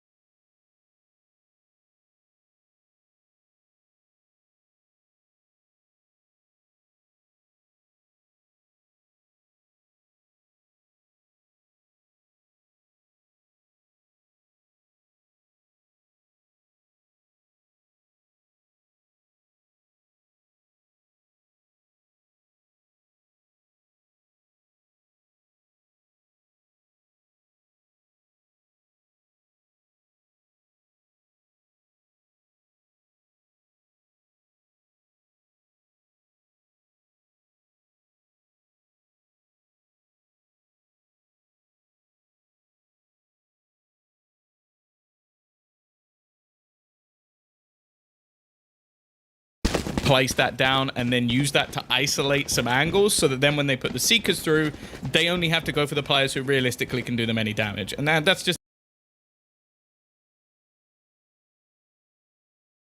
a nice take. Of course, everything that comes with it, some decent entries along the way.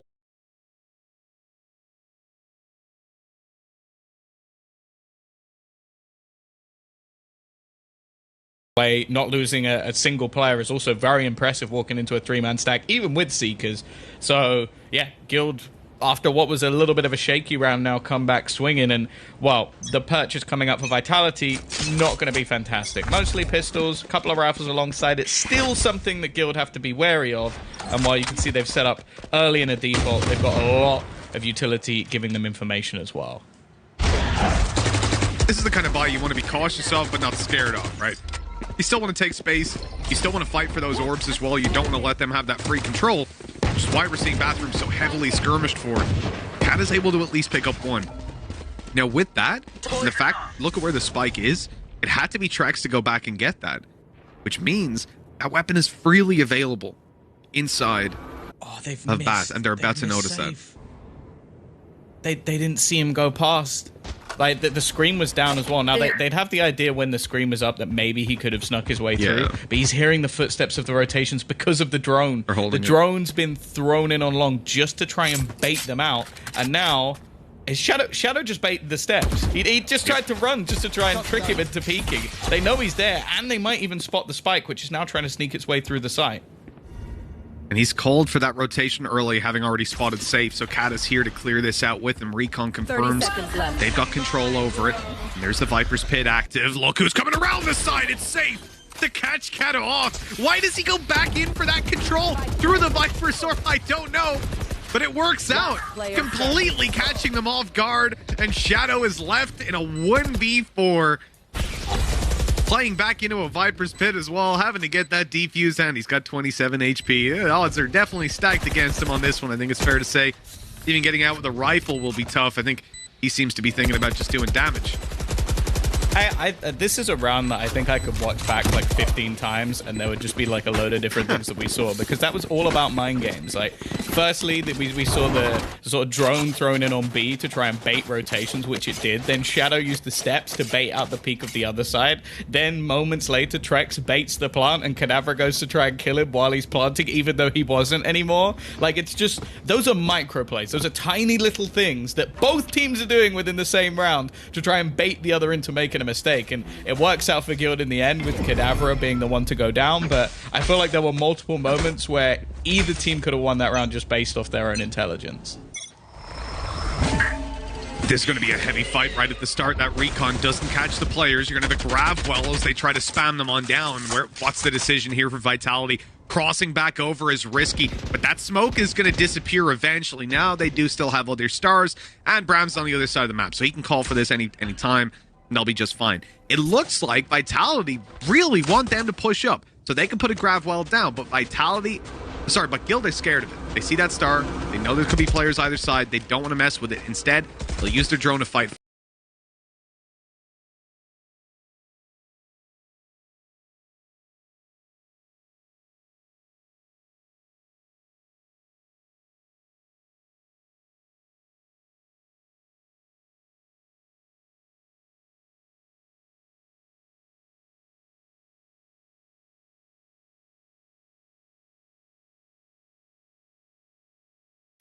College में अगर 4 साल काटने हैं तो 1 साल बड़े कोई बाप बनाना पड़ता है। इस साल हम बाप बनेंगे। And it hasn't even found a tag as they just cross on over. 10 seconds left as the plant goes down. The shots would have to be gorgeous because he's inside the tube. Nice and safe, nice and secure. Time not going to be a problem for Guild now, but they have lost Trex. And with that, look at Center. He's caught Coldamenta. He's actually cleared the angle. The Hunter's Fury going straight down through the tunnel. It's free as can be. Safe. Good for one, but he has to find 3. One up in. Hookah still will be caught on the way out. Safe. Looking to clutch this now in the 1v1. Still with a dash online. And a headshot to close it. A 1v3 for Safe. Guild just will not let Vitality into this map. He's just better. He predicted every single play they were going to make. Every single positioning of his crosshair in that round, in that clutch, was perfect. He was waiting.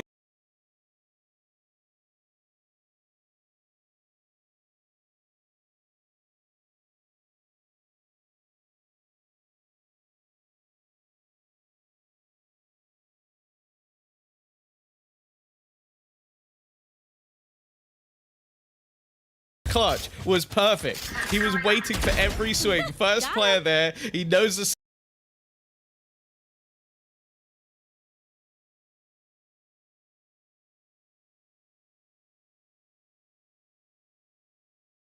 second player's going to try and jump out. He's waiting for that as well. And then just holds exactly where the last man is. If that happened in your matchmaking game, you would have reported him for wall hacking. 100%. But a big thing there is the information his teammates were giving him in that moment. The comms must have been clean because he was not panicked. He was not lost. He knew exactly what was happening every step of the way. Incredible gameplay by Guild right there to put 5-1 on the board, and now they're against Pistols. 6 should be secured. But Vitality are going to try something a little bit nasty. Playing for orbs on either side in a way, but they're not taking them. They're playing for the orbs in such a way that they're wanting Guild to take them, to push up and try to seize that.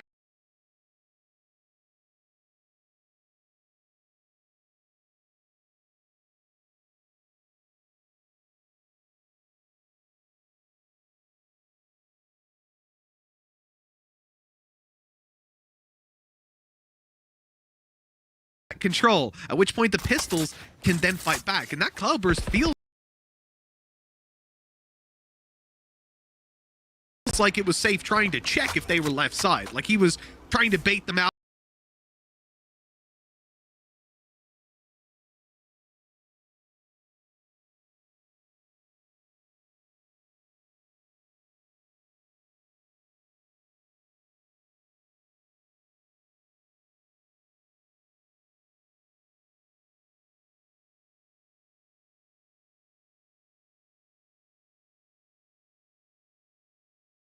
Out into peeking to get that little bit of information. Guild are being super cautious right now. This is exactly what I want to see versus Pistols. Now they want to group and push into the site together, and with the util they've been using on B, Tom, look at this. There's already a rotate going over there. So the A side is ripe for the taking. This is gorgeous.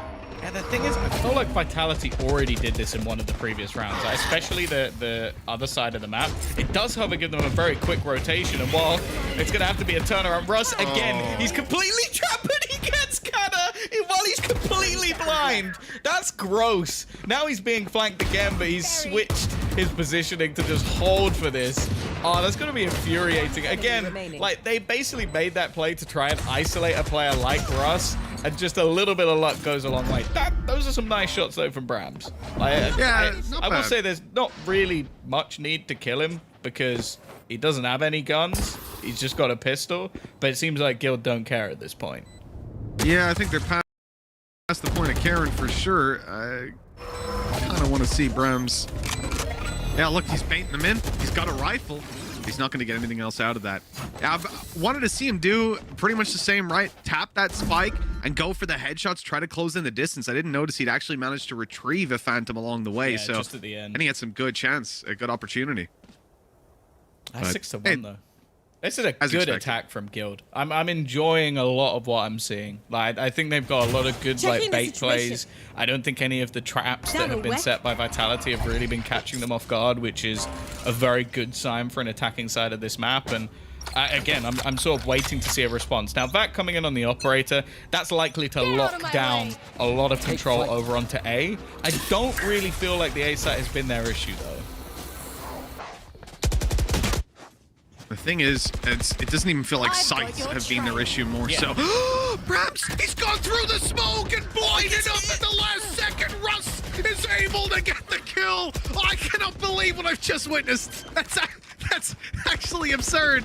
Getting owned by the squid. Oh, he did everything right, man. That was like his utility, his timing, everything about it was so good. And then the Seeker just hits him. Oh, he's never going to forget that. That's going to haunt him for years, I guarantee it.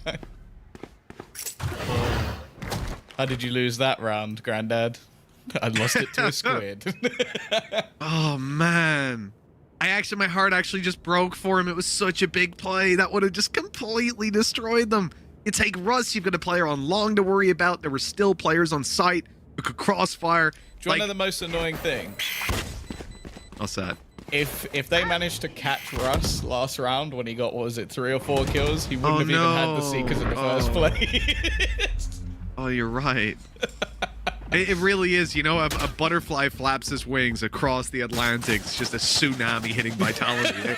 I don't know what's going on. They've done everything right, and they just get ruined 7-1. Jeez. I've got your trail. Oh, no. I hate it. Oh, it hurts my heart so much. The thing is, I think Sender also died because of the Seekers. Like, because he couldn't not shoot it. And by that point, he then gets traded out. So, wow, the power of Seekers. It's always been one of the better ults in this game. And well, speaking of it, Kadabra has his online. Now, I'll be honest. I feel like Vac has had his showstopper for a long time. Like, I feel like it's like 3 or 4 rounds at this point. Also, his operator has had seemingly no impact because they just haven't really gone in that direction. I want to see him getting a little bit more proactive with it, because I don't think the bathrooms fight that he's been taking has been one that is worthwhile, because other than Russ lurking in that direction, there's not really been many plays from the guild playbook that have utilized the bathroom. Now, maybe he's just waiting for the like 1 in 7 or 8 that it finally comes, but I feel like there's so many more positions, especially on that B side. Maybe take a fight to B long, or even just peeking into hookah, that he could be impactful. Because we know what Vac can do. We've seen it for well over a year now, or maybe not well over a year, but over a year now, of how good this guy is. You talked about how little the bathroom play has come in. So bathrooms is going to be pushed this round by Guild. There we go. We got 3 players. This is the one. Oh, There's no. the recon down. Back, going to be stunned up, and now he's in trouble because they've seen him showstopper pop. This is just a delay strategy. He just wants to keep them back. Shock darts are coming on through, and he'll get out of there with his life. The showstopper ultimately serves no purpose, and now he's on 50 health with Sender dropped behind him. He has to try to open up a little bit of space with this op. They're about to crunch in on him now. He's even vulnerable as well. The op in hand waiting. Oh my God, Mac! It's just being played by Safe. A classic takes him down, and 5v3 we stand. Vitality desperate for a round. My God, they just can't get anything. But Shadow, this could be it. No, I don't think it will be. 46 health remaining. This round is well and truly done. Have you utterly seen that insane clip? round. Have you seen that clip of Simple playing Valorant, where it's just him on Icebox, and just like a million pieces of utility, like Flash goes past, it's like the Tiger goes past, it's like, what is that? And then he just like, he's blind for like 15 minutes and then dies. That was Vac in that round. Like, he got hit by shock darts, he got hit by a drone, or he had to shoot the drone. The wolf went through as well. He then gets dashed. Like, he got hit by a snake bite, but he clipped it as he went past. Like, even a dart went through at the beginning, which would have scanned him if it wasn't for his teammate. That's like 7 pieces of utility that were used to kill him. Ridiculous. And then there's Shadow's like now 4 offing people as well. peeking. Just so you know. Standard practice, yeah. It's like, you're cursed, so I'm gonna take it. Look at Vac's little picture, right? You see his little player picture down the bottom? Why is he here? Yeah, for a second I looked at his camera and I was like, what about him? That is Kadabra. I was like, yes. Well done, Tom. He's going to be caught. The second player here, though, Brams, good for the trade. He's going to back off, play this patient. The real fight, though, had to kick off on A, right inside a bathroom. Yeah, this time they've actually got the setup as well. 3 players within the site. You can see that operator up above just ready watching. Although it was, it's actually rotated through. Sender's going to win the fight. A decent cosmic divide to make those battles a little bit more awkward. And well, this is looking a lot better for Vitality. Finally winning out some of these duels. And well, I think Russ has realized this round is maybe gone. So just going to try and retrieve a couple of ultimate orbs, get those Seekers back. Because we've seen already at multiple rounds won by that ult alone. 30 seconds left. Yeah, I'm not sure where they're sitting economy-wise on exact numbers, but I'll say strong. Guild. Not going to be too worried about losing those rifles. Definitely worth trying to farm up towards the ultimates, and Leo with his Hunter's Fury online. They've got got another one to play with as well, but it's definitely not been the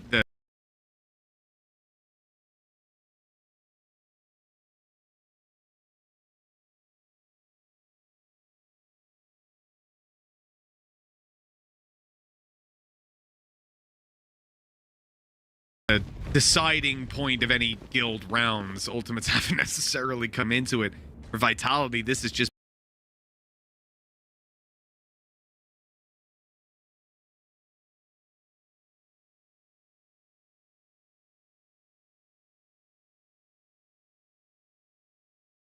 being a quiet play. Now, Vac again going to be taking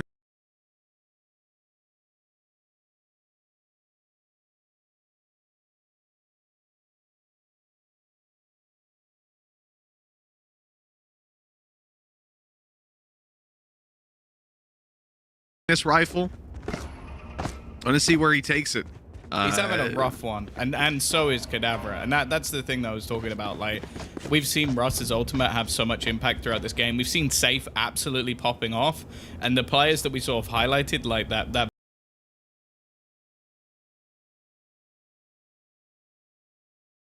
Vac versus Safe, that Cadavra versus Russ.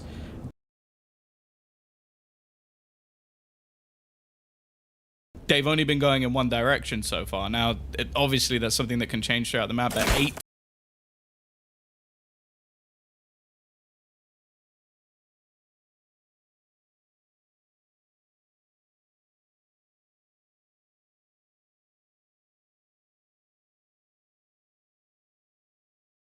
2 on the attacking side is an incredibly good half already. So I am starting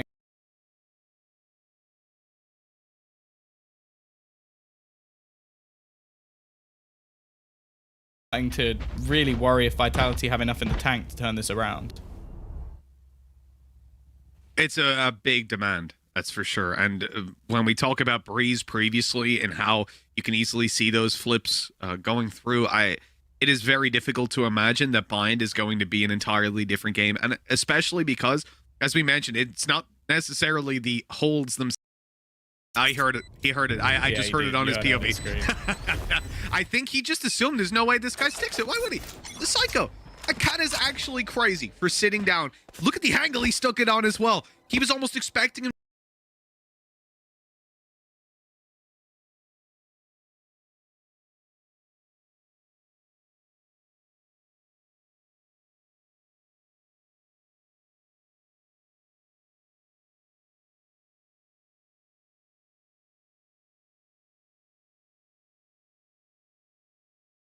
to peek out from long. He's giving himself the act. He was wide. Like that was such a huge risk, but a calculated one from Kata that's paid off perfectly. And I cannot stress enough, Vitality needed that third round, and Kata's just pulled it out with an incredible play. Didn't even need to really kill anyone. Just the 30 HP player bouncing out of the site. Gorgeous. I'm getting flashbacks to the previous map where it was looking almost done, and then just Vitality just managed to just get those last few rounds. Now the Seekers have been great so far. They've actually been stuck by the gravity well, at least for the moment, and that slows down the entire push. They're going to double back because not many of them went in the other direction, and you can see the Seekers incredibly confused, but because one has been destroyed, they might not expect back to still be here. He's going to line up a couple, finally stepping up to the plate and putting a couple on the board. There's still another for him to deal with, and Coldamenta will at least put him in the grave. With Safe shutting down Shadow, now they need a big return. The Hunter's Fury goes out searching for a couple of players, and although Kato ends up on 70 HP, there'll be no taking him down just yet. 2 versus 3. These players, Out of charges. as of yet unknown, but Leo's about to reveal himself. They know exactly where he is now. That reveal not going to do all too much for him, and he's being pushed from behind. 1 versus 1, but Sender catches him, just making it around before I think Leo would have swung to check it. A defuse for Vitality, a 4th round on the board, and a team that thus far hadn't even showed up to the server now look like they actually have a chance coming into half 2, Tom. Flashbacks to the previous map, indeed. This is incredible. Yeah, I'm liking the sort of resilience, or like the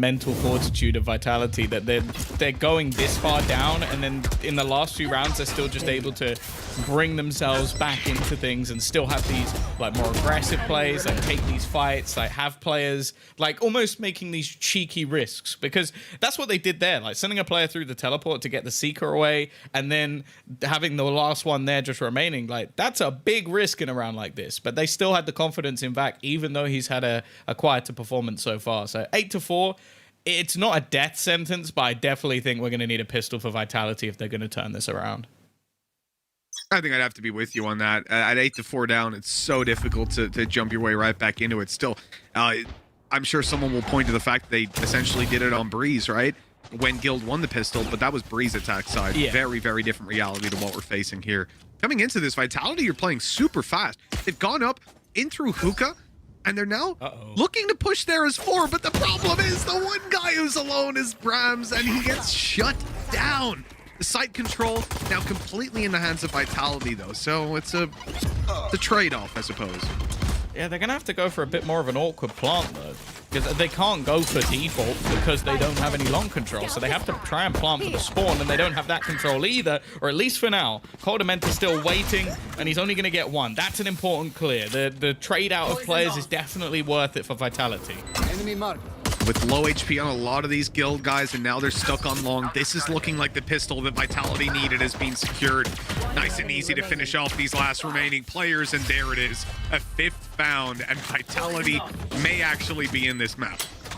Yeah, good mid-round. I think especially realizing that they'd lost long to re-aggress towards the spawn just to clear it out and give yourself a decent afterplant was so important. If either of those players manage to survive, this retake is completely different because they're having to split where they're watching the entire time. Instead, because they have these angles, you can see it's much more confident in the way that they're pushing and way they're holding in that direction. So well done for Vitality for just having that mid-round, and, well, 4 rounds in a row for them. A pistol on the board, and this time, well, with no plant, obviously, because they're defenders, it's not going to be an investment from Guild. Oh, the nade to the right side, the player's running out. Maybe they don't suspect the left play, but never mind. They absolutely do. Russ and Safe both go down, and they are just farming on the side of the attackers. Losing just the one player is fine. They now know where Trex is, and if they don't lose any more, this will be a very good start to the half for them. Yeah, and also with how many kills we've seen come out from both Vac and Kata, they're getting closer to those couple of ultimates that you desperately want to have in your bonus round. Like, if you can get yourself a Seekers, you're over the moon, because that's one of the ultimates that can really help you shut down the distance when you're coming against those rifles. And Kata, well, I was about to say he should be 1 orb away, but it's actually going to be 2 because Shadow steals that kill. Nasty stuff. Where's the teamwork, huh? Where's the sense of team spirit? And sometimes it's better to just close those rounds out. Defensive side, 8-6. Guild won't be too worried just yet. Letting the pistol slip is what it is. And interestingly, looking at the timeline, you know, when you look at Vitality's rounds, they won that pistol, lost right afterwards. If they don't lose that second round, but when Guild force bought second round, if Vitality won that round, they would be in a very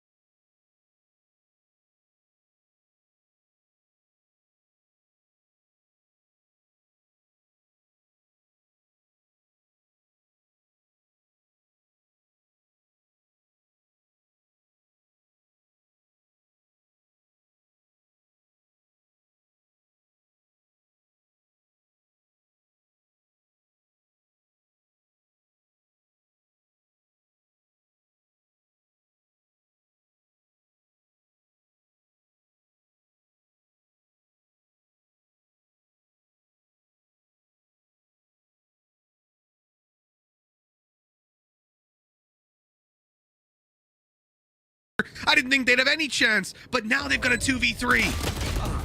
Oh, almost a little bit more. Shadow leaving a player low. Brams needs this duel, and he's going to take another. And look at Sender. He's got the timing almost perfect. Just wrapping back around. Brams is going to peek, but he's almost just buying time for that last man to come through. Instead, though, it looks like he's going for the lineups. It won't. even matter because you've just got Brams popping off in a round where Vitality need it. I'm going to be honest with you, Mitch. There should have been no way that Vitality managed to come back in that round, but Brams just pulls out an utter hero play. Man, they stood on that site for what felt like the better part of a minute and just tanked utility coming.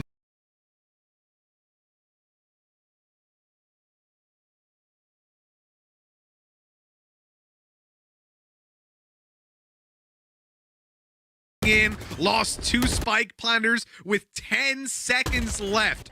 They took some steps towards the site to get that plant down, and it was Brams in that moment to run forward into his opponents that were charging back into the site to stop this plant.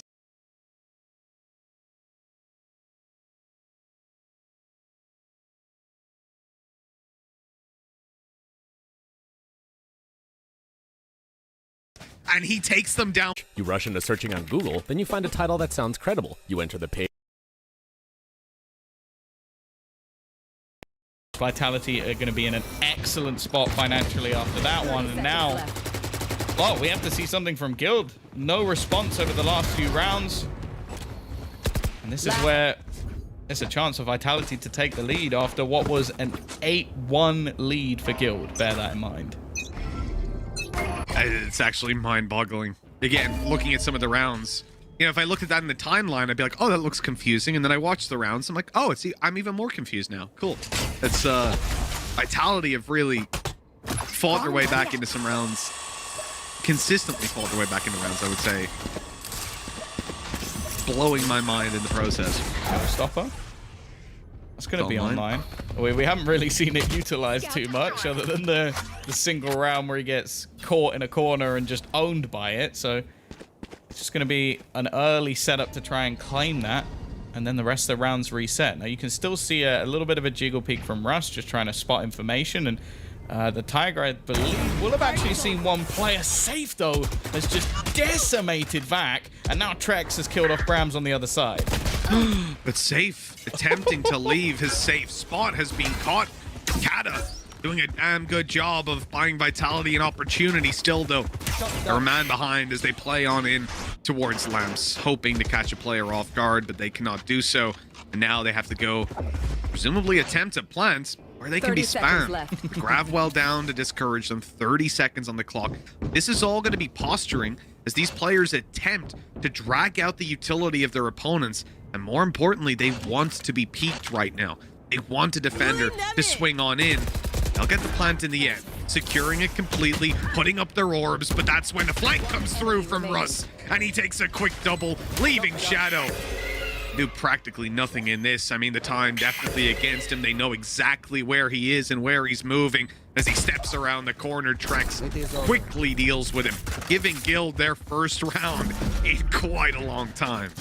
Yeah, a couple of opening duels definitely made that one quite difficult for Vitality to really do anything. And again, I feel like Guild, even in the round that they lost earlier, the bonus round, they're very, very good at just delaying. That's all they've really been doing on this A site, is just having these grab wells, having like shock darts, flashes, and then that delay in this round basically just comes through with Russ killing everyone from behind because they're so focused on trying to get that spike down that, well, Russ is just left to do whatever he wants. And that's a bit of a worry for Vitality if they're unable to sort of speed things up. I will say they're going into this round, there are a hell of a lot of ults online for both teams.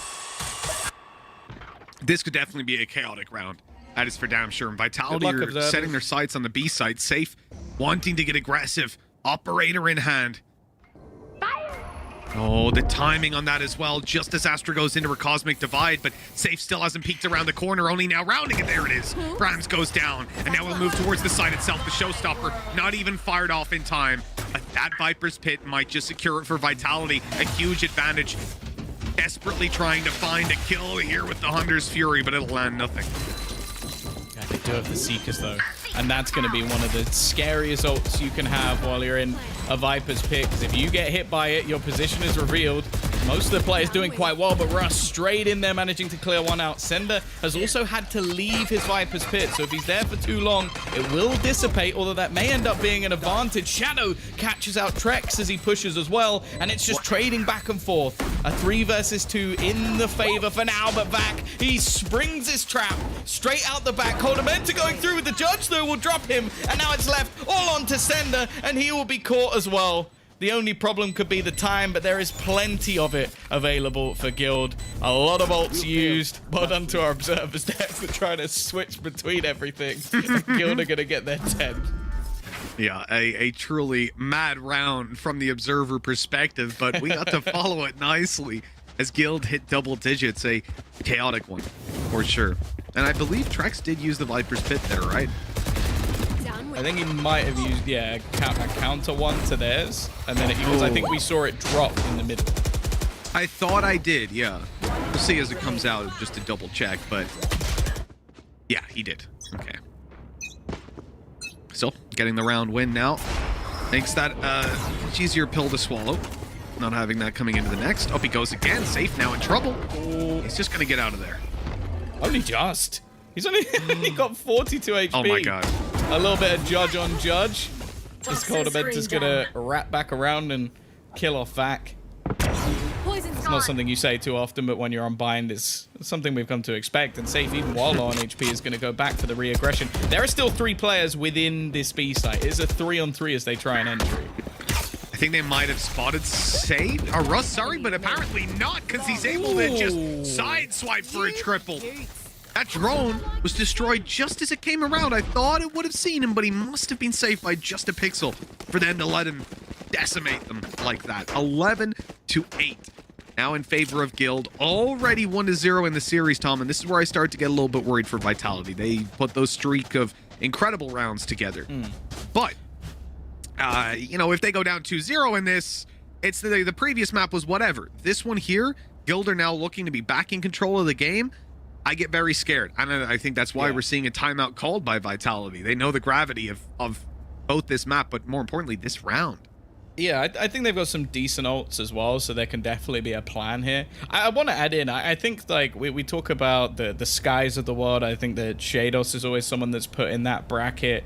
I think you could put Starzo in there as well when he was playing it, but I think Russ is quickly rising near the top of that list of how he's actually played it today, because I think that the fact that he's been so good at just managing when to use the Seekers, I think his pop flashes have been great, the information he's found as well, and I'm thoroughly enjoying him in this Guild squad from what we've seen so far, and Guild in general, like to make all of those changes, to put all the work in that we've seen. They're looking decent, and then these, as was sort of said on the desk, these are the 2 teams that I think that we're now expecting to make the run through. Like, even if they drop, well, whoever drops down into that lower match, I think will definitely be favored going in. So I think that this is one of those games where we're almost witnessing who's likely to be one of the challengers to those top teams, and at the moment, Guild is taking the biscuit. Yep, they most definitely are. Not in this fight. Oh, Safe has been dropped immediately. Brams showing up yet again. It's on the Guardian this time. Rex gets tagged up on his way through, down to just 79 health. Coldamenta dropped through the smoke. The judge punished. He was trying to play a shallower version of Vanity. And Vanity did the same thing, but he would put the star. Are you saying Vanity shallow? That's not very nice. Yeah. And apparently I'm saying Coldamenta's even shallower. So there you go. So toxic, Mitch. God. I know, yeah. Next you're going to be calling out coaches. Me? No. No, that would never happen. 11-8, Guild can lose this round. It's not going to be the end of the world for them, but it's been an impressive amount of duels for Vitality. They spread out, they take those individual fights, and they win every single one. They catch Guild's aggression. Now this defensive side faces a pretty big task. No ultis to play with. This op on the retake as well. I'm not really feeling it for Trex. He's about to be pushed on and eliminated. Brams slapping him in the face with his barrel first there. Oh my god, Leo! He doesn't win this. Surely he does. 1v3. Oh, he knows there's a player in the close corner. He knows where every single player is right now. He knows the Shadow's close. He saw the other player afar, and Sender's been firing in utility. Brams, this is an easy kill. For a man who has played Jet for a long time on that op, he's never going to miss that one. So Vitality, they get their 9th. Okay, there was a little bit of worry with what Leo was just trying to achieve in those last few moments, but that was a good round from them. And yeah, they caught every single piece of aggression. That's the thing. Like, Russ has now flanked them so many times that if they didn't eventually cotton on to what he was doing, I think we would have had some serious problems. But this was much better from them. And like, hey, if you're gonna win a duel versus an op with a Guardian, fair play.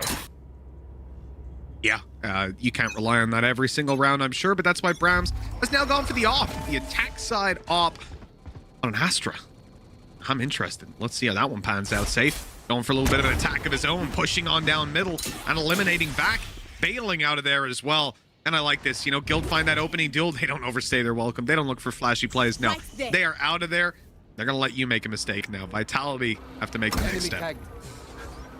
And their ace up their sleeve of the operator on Brams has now even been spotted. What? Russ knew he had it on. They saw it in the drone. Now they definitely know. Seeker's online for Russ as well. They're going to just use the smoke to cross back over. But these were some big risks taken here. Yeah, this doesn't even need the orb, so it's not fighting for that. Just almost looking to try and battle versus his opposition. Now, they can actually play without information into the late round because, well, both teams, in fact, they have the Seekers available to them. I almost wonder, I was going to say if this would just wait to be counted and use it on the other side, but they now can pull in those rotations. I imagine Kata will do something similar. 30 seconds left.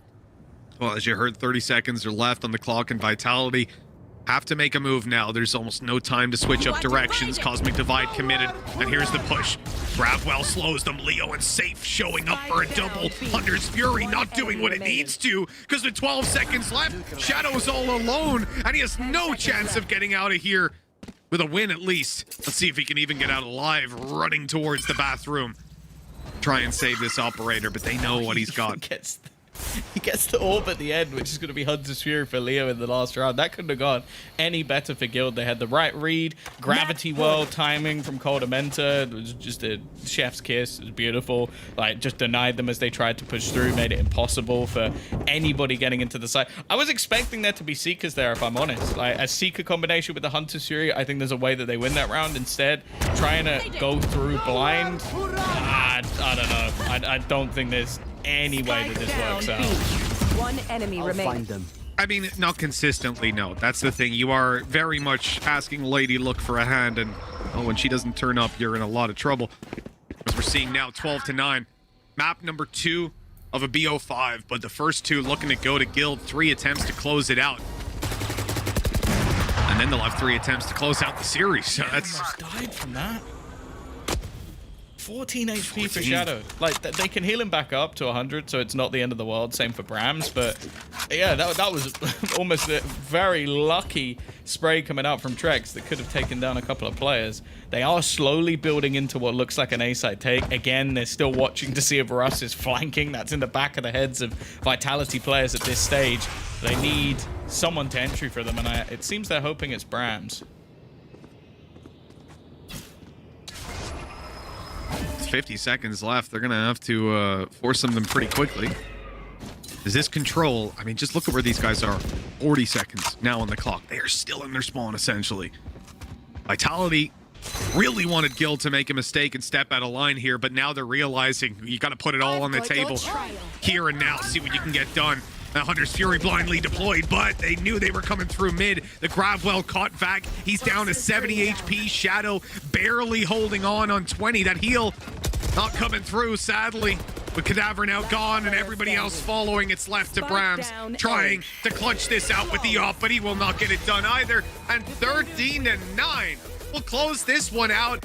An incredible game from Guild so far, Tom. They have definitely looked like the best team. Now 2-0 in this BO5. Vitality have very little hope of making this reverse sweep happen. This feels tough. Yeah, I've definitely been impressed with what I've seen from Guild. I think Safe and Leo, it's basically as normal, like what we kind of expected it to be there. Yeah. And it kind of rung true to what I said at the beginning of the map. Like, I think Cad as initiator, definitely not as best as the other agents we see throughout his pool. So I'm expecting him to come back strong on the next map. And I think it's going to be Split, which is the map so far that Guild have been banning. So, hey, that's going to be something at least. So an opportunity maybe is now Split comes up. We end up with Guild on the back foot. Maybe the first map for their opponents of Vitality in this series. We'll see, though. We're going to go to a break for now, folks. Join us in a couple minutes with the Analyst Desk. We'll be right back after this.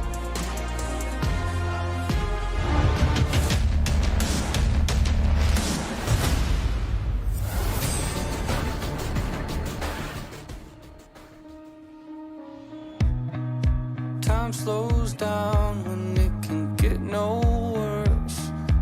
I can feel it running.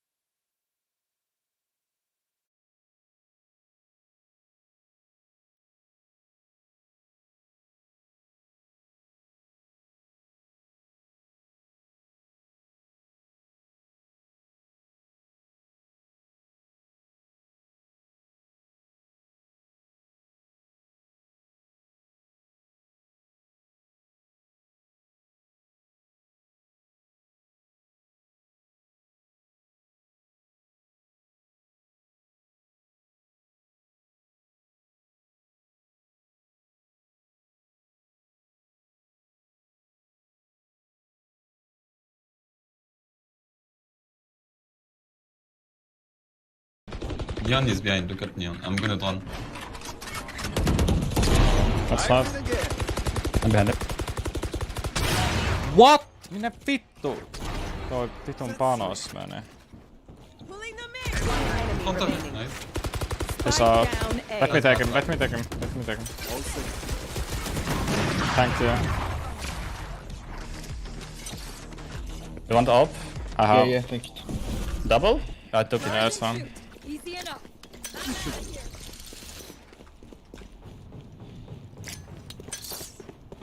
Teleport's ready. That's a good start. A gift. That works. Smoke and... I'll cross, hopefully they come. No shot, man, thank you. now.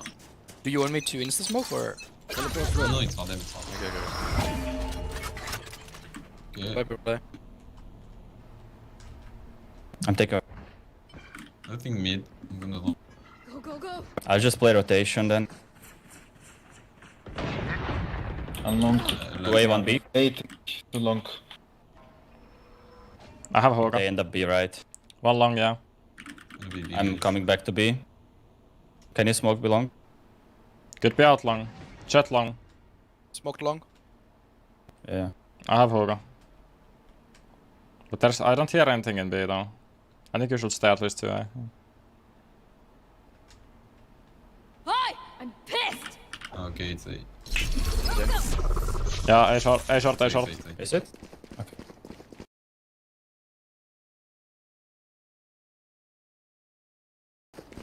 They found my trap. Yeah, short. There they are. One guy side. And tip. Two. TP or one? Two. Smoking hookah. City. Spike planted.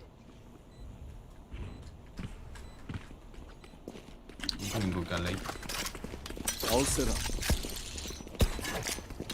Teleport's ready. Reloading. Hookah, one hookah.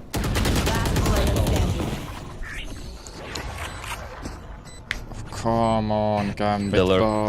boys. He was long there. Lucky. Let's get these idiots. I mean, I did the same, so I can't complain though. Teleport's ready. That's a good spot. I'm too far.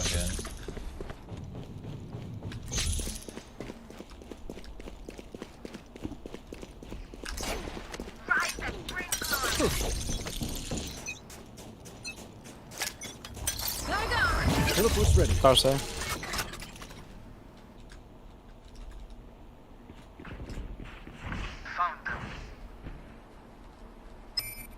Yeah, one short. One already.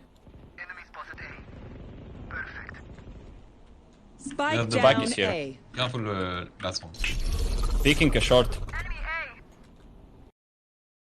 At a good time. But Zesh, why do you feel like they haven't been able to maybe complete that comeback and close things out? So what I've already noticed, personally with Breeze, was like when they have this timeout somewhere later in the first half, it usually is that they find a right adaptation and gain confidence off of that. This is just what it sometimes feels like, that they're prodding maybe a little bit more earlier. For example, when we're talking about that first half as a defender, prodding more early, being a bit more annoying, that worked, hit the right timings.